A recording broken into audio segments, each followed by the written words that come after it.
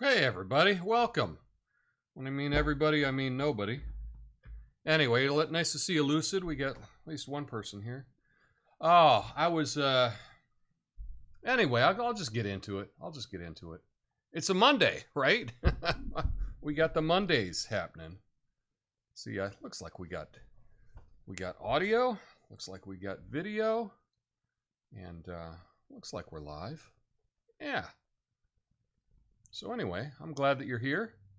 I got interesting things have been happening politically over the weekend. So yeah, let's just get into it, shall we? You know, I love a good political drama, and right now we've got something better than anything Netflix could come up with. And I'm talking about the curious case of Robert F. Kennedy Jr. That's right, folks. Biden and Trump, or at least their teams, are both doing their best impression of nervous parents at a prom night, trying to figure out what the heck RFK Jr. is up to. Let me tell you, they're both as confused as a college kid being asked why they're protesting, right? Biden's team is putting out their best poker face, you know. But just so you know, they're sweating like Mike Pence at a pride parade. You've got Kennedy lurking in the background like a political boogeyman, ready to steal those precious swing votes faster than you can say, hanging Chad. And Trump, well, he's throwing a tantrum on Truth Social, and it's just embarrassing. He's calling Kennedy everything but a Kennedy, folks. And what's the deal with RFK Jr.? Is he a spoiler, a savior, or just the ultimate wild card? It's like trying to predict the weather in Florida. Might as well flip a coin, hope for the best. But hey, isn't that what makes politics so damn entertaining? Forget about the scripted dramas on TV. This election is nothing like those. It's a lot worse. And I do find myself yelling at the TV, why does everyone keep falling for their BS and obvious lies? But that's just me. Buckle up, America. This roller coaster ride is just getting started, and RFK Jr. is now in the driver's seat. Anything is possible. Who knows? Maybe we'll even get that West Wing reboot we've been waiting for. But until then, enjoy the show. After all, politics is the greatest reality TV show of all time. My name's Tom Coffey. This is the Coffey Nuance Show, the least watched censored commentary and news show live right now. Flame on.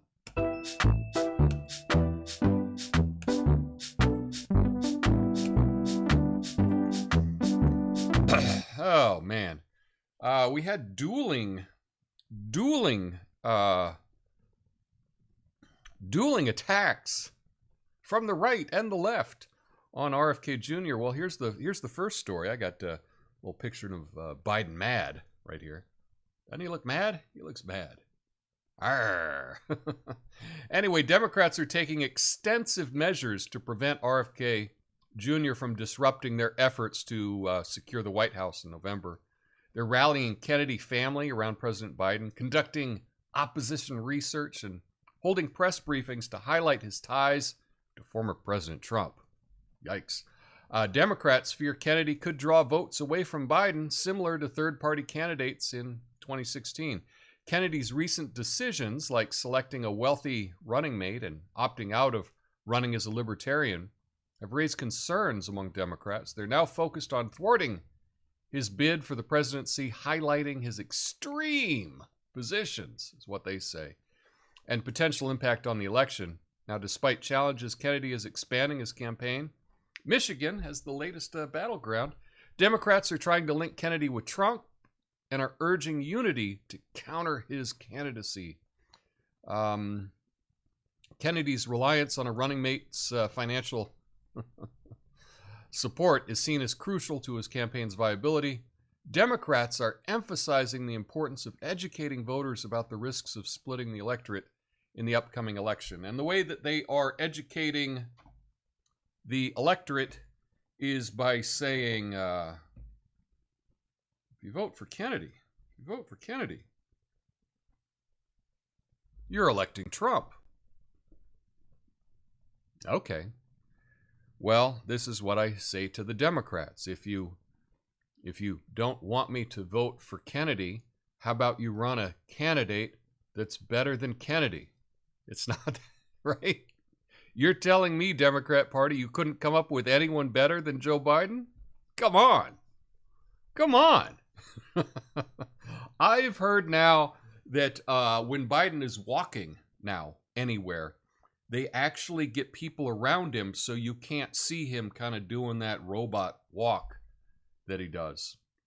They actually have people on both sides of him so that the press can't get video of him walking because he can't even walk upright.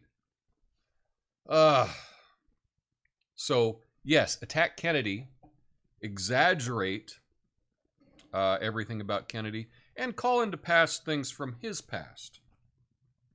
Now, here's a question that I have for the Democrats. If you're going to bring up Kennedy's past, is it then fair game to bring up, I don't know, Biden's past? Because often that's what we hear. Oh, that was in the past. Oh, that was in the past. I don't know. I think we should treat everyone equally. Anyway, but so that was one side of it. The Democrats are going hard at Kennedy right now. But then this happened over the weekend.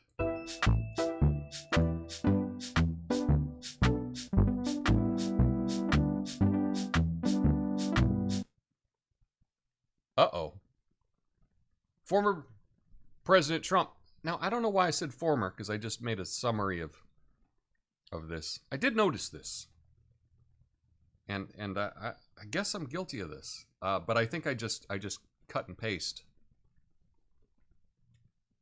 when I was making my summary. The press always refers to Trump as former, but we don't do that with any other presidents, do we? We don't say former President Obama, right? We don't do that. We just say President Obama, President Bush, President Clinton. We don't say former President Bush. We just say President Bush. It's weird that the press keeps putting in the word former in front of Trump. He's the only president that they do that. If they're talking about Jimmy Carter, they don't say former president. They say President Carter. Kind of weird. Anyway, I just caught myself. I did it too. That just shows that we're all susceptible to these overwhelming things that the press does. But here's the summary of what happened over the weekend. See, I caught myself again.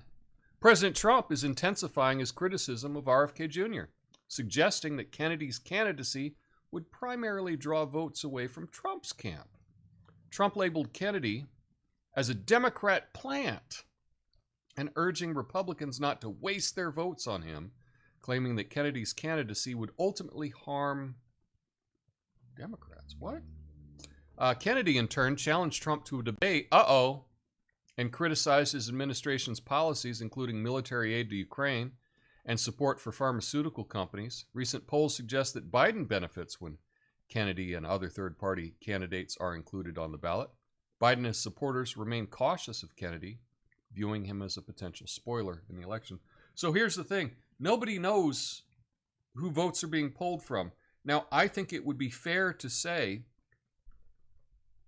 that Kennedy would be pulling votes from whoever is ahead currently, right? And all the polls, all the legitimate polls, have Trump way ahead of Biden. So yes, any third-party candidate would probably pull more from Trump than from Biden. I don't know. I really don't know. I can see people that were supporting Biden that are like, I can't support that guy, but I can't support Trump. I'll go for Kennedy. And I can see Republicans that are like, look, I ain't voting for Biden,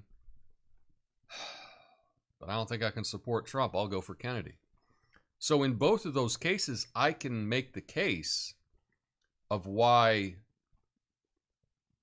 Republicans might vote for Kennedy. I can make the case why Democrats would vote for Kennedy. I don't know how you would determine if Kennedy is pulling more from either Trump or Biden. But that's not really the important thing, right? Kennedy is in the race. He's in the race. So all you have to do is concentrate on getting the most votes in each state for your candidate. And don't worry about who Kennedy is pulling votes from. If he's pulling votes from it doesn't matter. None of this matters. You just have to get the most in each state.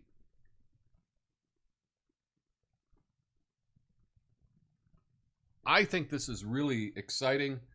I think that the polls that are coming out now are very illegitimate.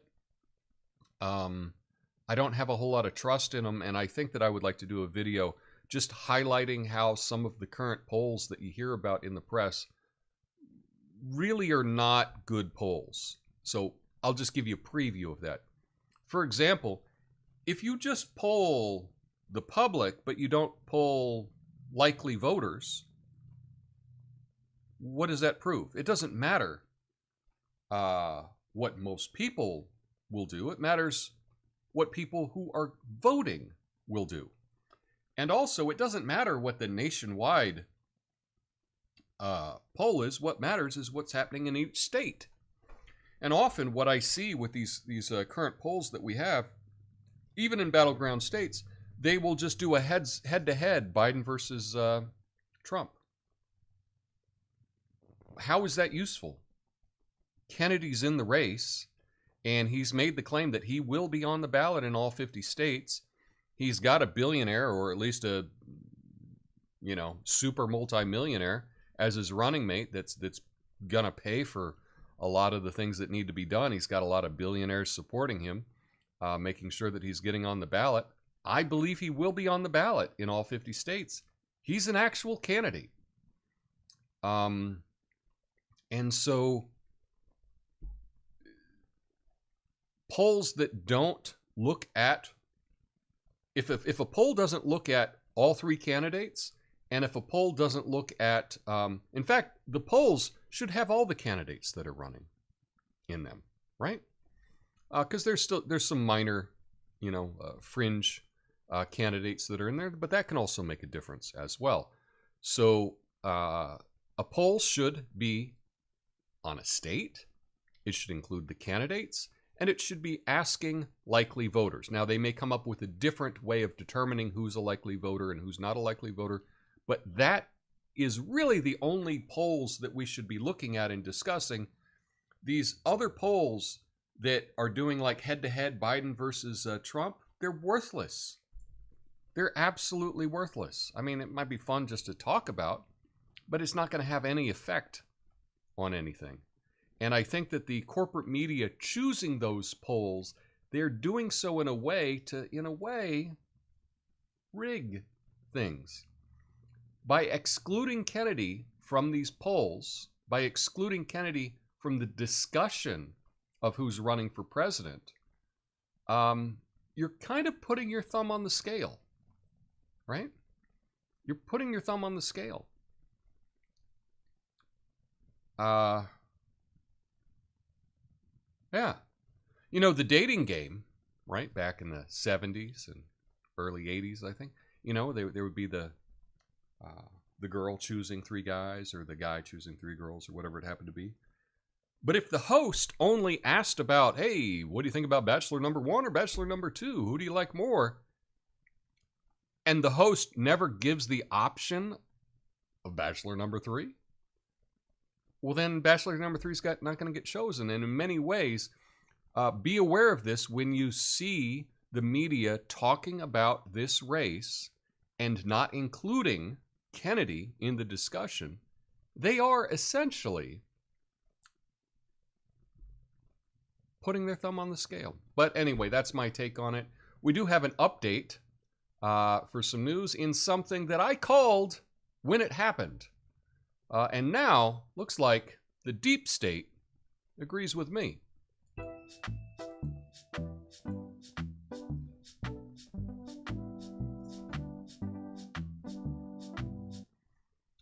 All right, so senior U.S. intelligence official informed the Wall Street Journal that Russian President Vladimir Putin likely didn't directly order the death of opposition leader Alexei Navalny. Navalny died in a Russian prison, sparking accusations of political assassination against Putin. The official suggested Putin may be ultimately responsible, but likely wasn't aware of the specifics or didn't directly order it. U.S. intelligence agencies reportedly lack conclusive evidence implicating Putin. President Biden condemned Putin for Navalny's death, but didn't claim direct involvement. Russian officials maintain Navalny died of natural causes and deny any involvement. Putin was reelected for the 5th term shortly after Navalny's death. So I called this when it happened. I said that, number one, Navalny dying, that the timing of it did not benefit Putin at all. It was at a time that Ukraine was asking the U.S. for more funding. Of course, it seems like they're asking the U.S. for more funding every day. Seems to be a regular occurrence. But at the time, that was, I guess, in the Senate, and Navalny dying would probably help the Ukraine case for to the U.S. to get more financial support. So it doesn't make any sense. Like, there was no logical reason to for Putin to have Navalny killed. He wouldn't benefit from it economically, politically, or anything. In fact, it would be a distraction, and it would be detrimental. He's in the middle of this war or military operation. I'm not sure what they're calling it. And his death, actually, the result of which was more support for Ukraine. So doesn't make any sense why he would do it. But now it turns out U.S. intelligence sources are confirming what just seems to be logical to anyone that pays attention to anything. So I don't know. Now that the deep state is agreeing with me, now I maybe need to go back and question the whole thing. I don't know. Anyway, and now we've got one more update, which is happening in Europe.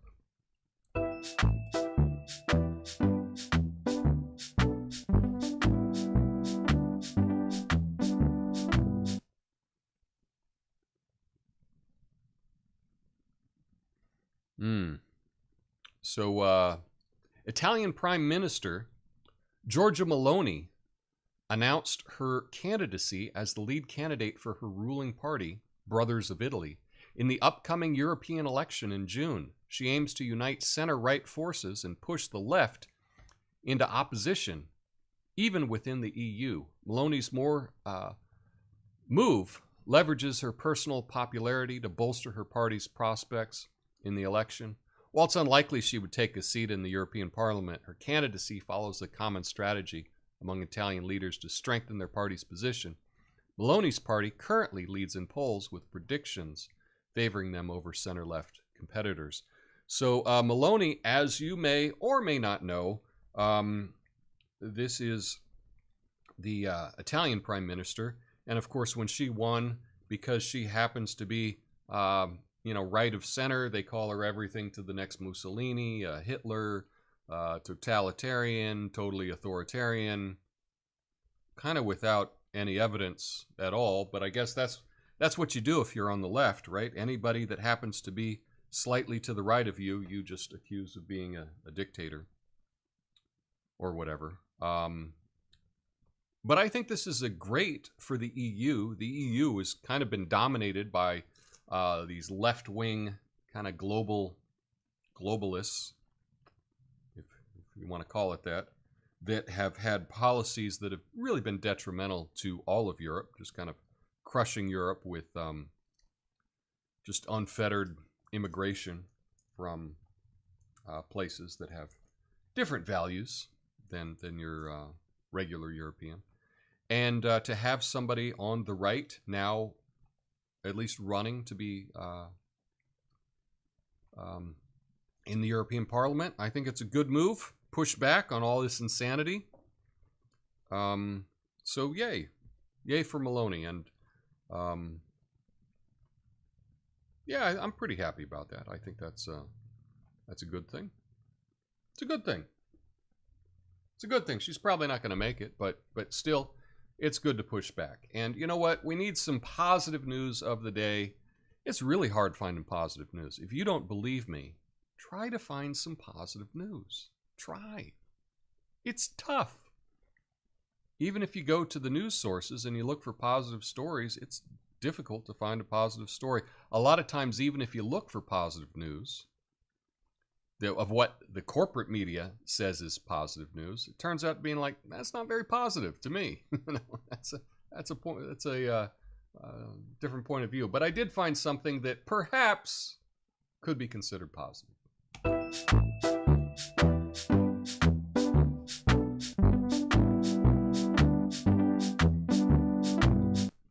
Okay, I lied. I have mixed feelings about this. But the Department of Transportation celebrated the groundbreaking of America's inaugural high-speed rail line linking Los Angeles and Las Vegas, known as Brightline West, expected to run at 320 kilometers an hour, about 200 miles an hour for us Americans. The project is set to be completed in 4 years with anticipation for its role in the 2028 Summer Olympics. With a $3 billion, with a B, dollar grant from the Biden administration. The project aims to alleviate traffic congestion along the I-15 corridor, potentially saving 700 million vehicle miles annually, reducing CO2 emissions. Brightline West will cater to 11 million passengers yearly, is what they say, and is hailed as a historic achievement in American infrastructure, marking the beginning of a new era of high-speed rail travel in the country. This follows Brightline's successful launch of a luxury rail connection between Orlando and Miami in 2018. So I remember as a kid in the 70s hearing about, oh, we could have high-speed rail like they do in France or like they do in Japan. And I've always wanted that. That would be great. Why don't we have high-speed rail?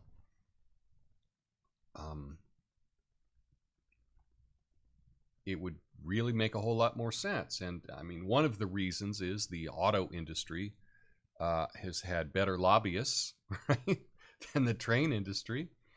But apparently someone got paid off because, yeah, Biden granted $3 billion to this company to make this a high-speed rail.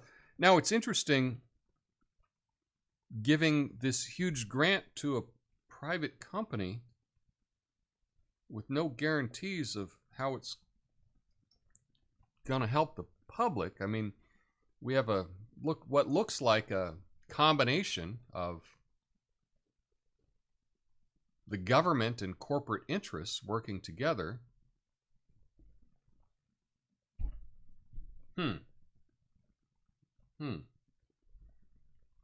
I mean, should the government be giving billions of dollars to a private company to do this? And it's not even a loan, right? It's not even a loan. They don't have to pay that back. I don't know. Kind of seems like we're getting fleeced. Now, I would like to have some high-speed rail, but if high-speed rail were something that made good business sense, it probably wouldn't need billions of free U.S. taxpayer dollars. So I don't know. I don't know how I feel about that. But I guess, you know, this will be a great thing for those people that go to LA or Las Vegas. Those are two cities I really have no interest in visiting, so I don't think I will be using it to go back and forth between the two. But you know, whatever. It's hard to find good news, and you know, being the most powerful country in the history of mankind, the fact that we've never had any high-speed rail in this country is an embarrassment. It's an embarrassment. We should have the best rail in the world. And so I guess this is a start. And I guess that's the good news of the day, if we call it that. Anyway, stick around for the after show. I'll go through all your comments on both Rumble and on YouTube. And I'll be back on Wednesday. So hope to see you then. Until then, peace.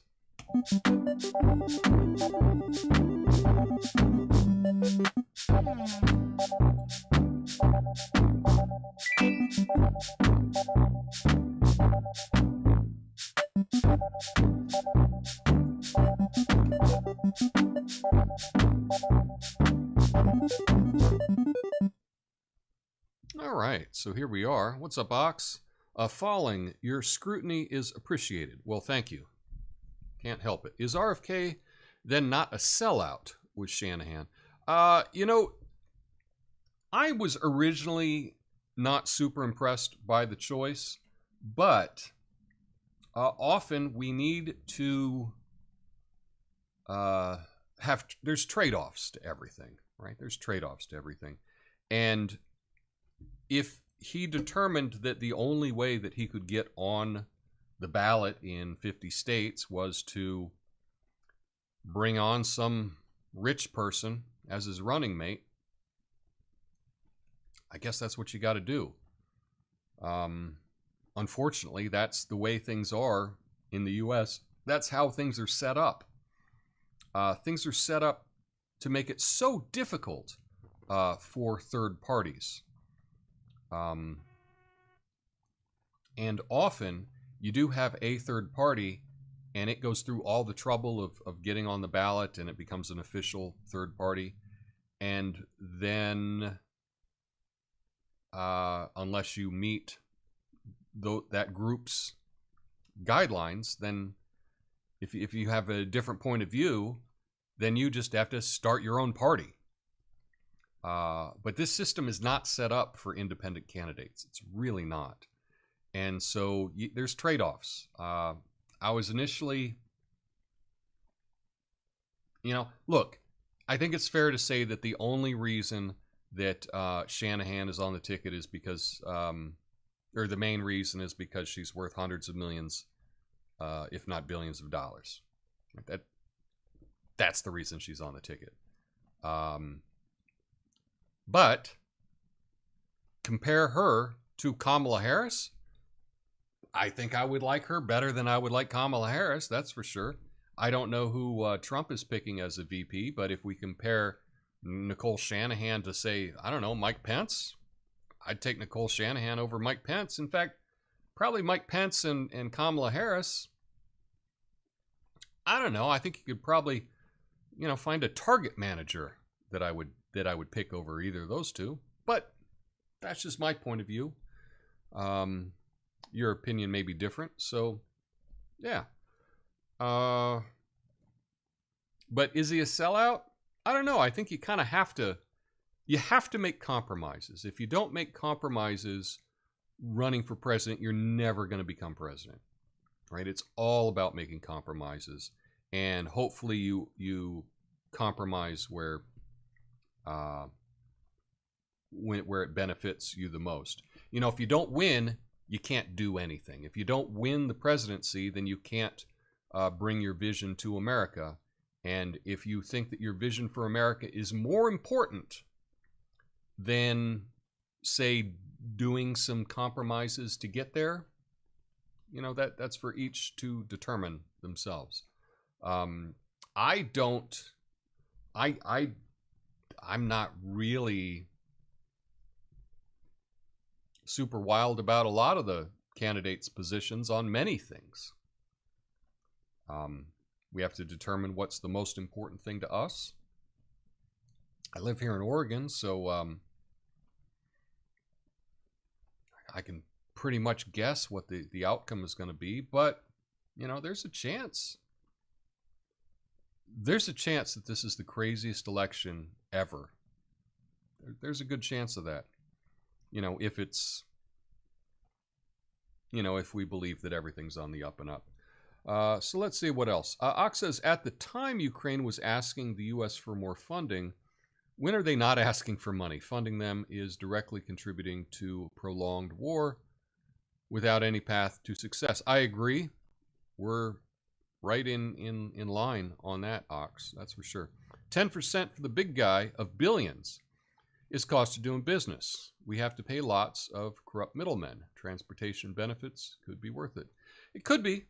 It could be. I do know that that is the reason that we don't have good rail in this country, and it's because of the auto lobbyists. They were able to have enough control over Congress to, fund all the highways and everything, but to really make sure that they didn't have competition of railways. And as someone that has, lived in Europe and used those rails in Europe, I got to tell you, it's very convenient. It's very nice to be able to go, oh, I'm going to go to this other city for the day. I'm going to go to this city to check out a soccer game or a concert or something like that. So much easier than driving there. Really is a lot easier. And a lot of it is a lot easier actually than going to the airport and going through all the security and flying and all of that. Rail makes a lot of sense for certain distances that there is, and it's a shame that we don't have it here, whereas a lot of the world does have better rail infrastructure than the U.S. And I think that that's probably all from corruption, political corruption, as to why we don't have a good rail system like the rest of the world does. But yeah, in everything, you gotta pay people off. You gotta tip the big guy 10%. There's lots of extra costs involved when dealing with bureaucracies. So, yeah, exactly. Anyway, what's happening over on YouTube? Lots of people checking in. Lucid says apparently you got to be over 70 to run for president. Yeah, seems pretty accurate, I guess. The Democratic fantasy of someone jumping the Trump train to vote for a Democrat never happened. Yeah, probably. Polls lost all credibility in 2016. Actually, the thing with the polls, I should really just do like I should do a video and not do a live show about polls, where I can go through and explain what polls are important and what polls are not important. Because a lot of the polls that are cited by the press are totally inconsequential. And they make them into being a bigger thing than they actually are. Now, one of the issues with 2016 election was when the entire media says that somebody's Hitler over and over and over again, and that they're the worst person that's ever lived. If that is the overwhelming feeling that you get, that everybody thinks that you would be supporting a Hitler, then if anybody called you to answer a poll, you probably wouldn't be honest with them, right? But if polls are done correctly, if they're done correctly, and I think a lot of these polls are not, they can account for that. And there's ways that it can be accounted for, using math, using statistics. So I think I'd like to make a long-form video on that, just to explain some of the nuances of polling. But most of the polling that you hear quoted in the press shouldn't even be quoted. But that's because people in the news have an agenda, and their agenda is not it's not exactly the truth. Erie Fairy says, I know this may be mean and he can't help it, but I'm extremely sensitive to sounds and would go crazy having to hear his voice for 4+ years. Well, here's the thing to think about with that, and I understand that a lot of people have a really hard time with Kennedy's voice. But how often do you actually hear Biden speak? The only time you really hear Biden speak is when people are saying, can you believe what this idiot said? Right? He's not giving talks to America. He's not doing these speeches that anybody cares about. So really the only time that you hear him speak is when he screws up, right? Like when he says, the other day he said 4 more years, pause. And he read the stage direction from his teleprompter, right? So you may see him talk, but only to make fun of him, okay? And so in many ways, you don't necessarily hear the president talk a whole lot. You don't. You really don't. But I have no idea what's going to happen. I cannot imagine.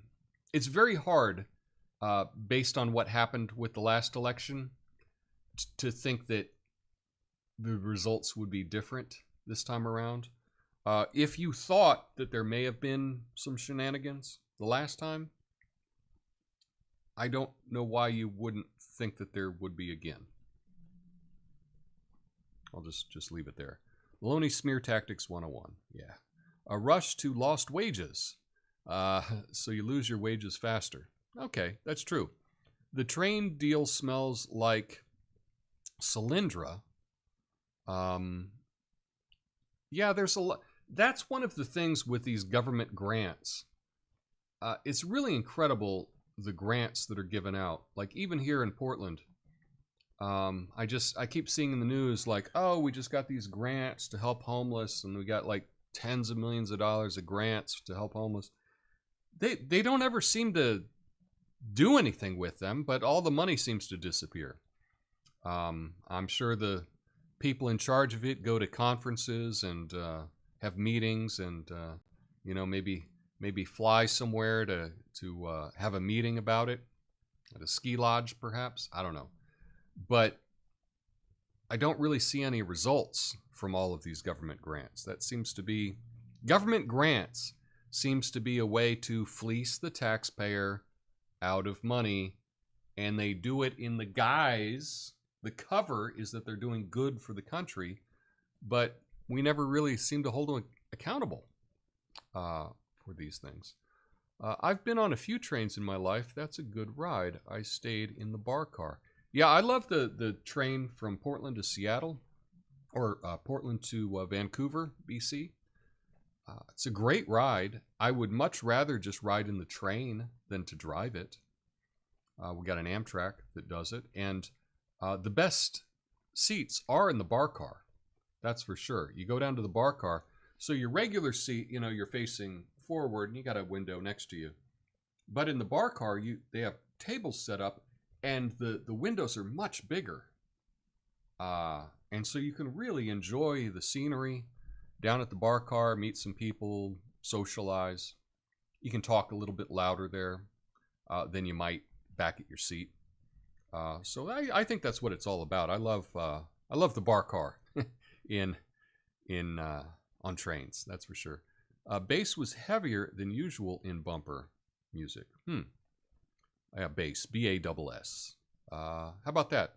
Yeah, I don't know. I was working on something right before I went live, trying to set up my old teleprompter, and I didn't realize what was happening. In fact, I knocked something over. This is fun. I knocked over, and this cable broke. And it broke inside the camera, and I had to get these needle nose pliers to pull out this piece of adapter that was stuck inside the camera. So that's what I was doing right before I went live. Oh, it's always something, It's always something. Anyway, yeah, the independent media cover it. Luckily, don't watch regular news, so that should help. Yeah, I don't even know where anybody gets their news anymore at all. It's hard. I'm feeling really I don't know. I'm kind of done with news. I'm really kind of done with news. But I still want to understand what's going on in the world and share that. And I don't know. I'd like to figure out something more positive to do. So anyway, failing or falling says it feels like end times. Yeah, I was thinking it would be kind of a, I don't know, maybe make a show about like just having fun with the fall of Rome, fall, late Rome or something, and laughing at the end of our empire. I don't know. It's kind of sick, though. Obviously, I'm not rooting for that, but it feels that way a lot. And that's why I encourage everyone to go out and get some exercise every day, get some sunlight, all that good stuff. So anyway, yeah, I'll be back on Wednesday, and we'll see. Hopefully not hopefully, knock on wood, I'll have something new and exciting for the show. So anyway, hope you all have a beautiful day. Till next time, peace.